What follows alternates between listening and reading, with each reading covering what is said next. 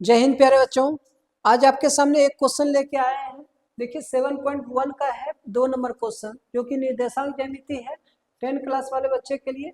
देखिए 2 number question जो है आपके सामने क्या दिया हुआ है, कह रहा है कि बिंदु 0 0 और बिंदु 36 और 15 के बीच की दूरी ज्ञात करना। ठीक है, क्या अब आप अनुच्छेद 7.2 में दिए दो शहरों के बीच की दूरी ज्ञात कर सकते हैं?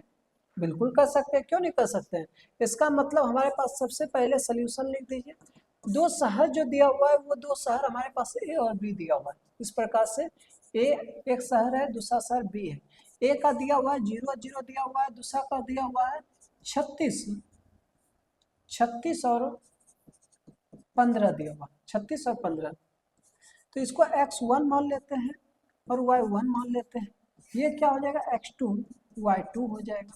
अब दूरी कह रहा है ए बी का दूरी, इसका मतलब दूरी सूत्र आपको पता होगा। दूरी सूत्र होता है x2 माइनस x1 का whole square minus y2 minus plus y1 होता है।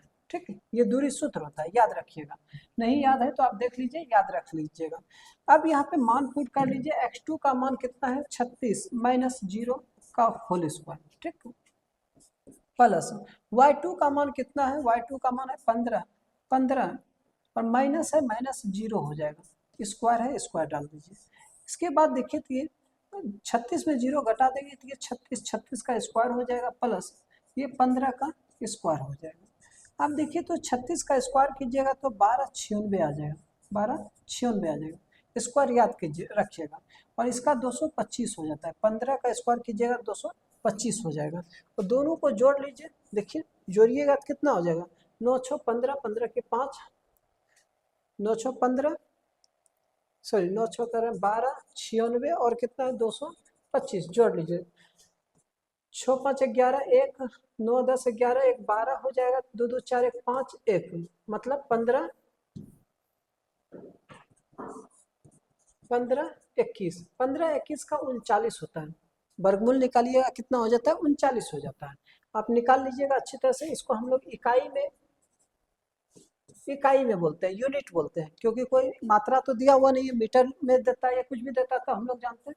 तो यहाँ पे हम अतः लिख सकते हैं, अतः दोनों शहरों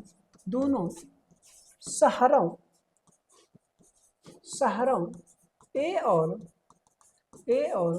बी के बीच